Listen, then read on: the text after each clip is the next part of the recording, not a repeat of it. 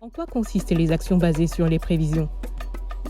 Développées par le mouvement international de la Croix-Rouge et du Croissant-Rouge, les actions basées sur les prévisions permettent d'anticiper et de réagir de manière précoce sur la base de prévisions de catastrophes et non plus sur la base de l'impact de ces dernières. L'idée est de profiter de la fenêtre de temps entre le moment où l'on est averti qu'une catastrophe est sur le point de survenir et le passage de la catastrophe potentielle afin de mener des actions précoces qui permettent aux populations d'anticiper l'événement à venir, de protéger leur vie et leurs moyens d'existence. Les actions basées sur les prévisions combinent les prévisions météorologiques et l'analyse des risques pour anticiper, réduire les impacts des catastrophes et ainsi favoriser la résilience des populations. La construction d'une action basée sur les prévisions se fait sur plusieurs étapes. D'abord, l'analyse des risques qui permet de déterminer à partir d'un aléa naturel la nature du risque d'une zone.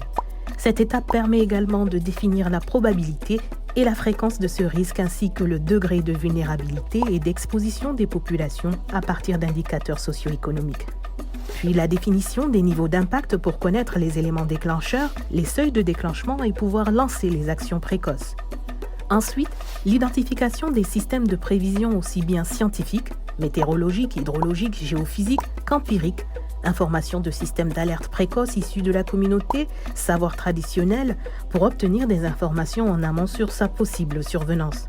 Ces systèmes de prévision sont la clé du succès d'une réponse anticipée. L'étape suivante consiste à choisir les actions précoces les mieux adaptées et réalisables pour anticiper les impacts négatifs de l'événement extrême à venir. Une fois les actions précoces sélectionnées, on passe à la rédaction et validation d'un protocole dûment budgétisé et validé par un corps d'experts de la FICR qui vérifieront sa pertinence et sa faisabilité. Une fois le protocole validé, il faut surveiller les différents indicateurs pour déclencher les actions dès que le seuil est atteint. C'est l'étape des surveillances des prévisions. Et pour finir, la mise en œuvre des actions rapides pour réduire les risques de catastrophe.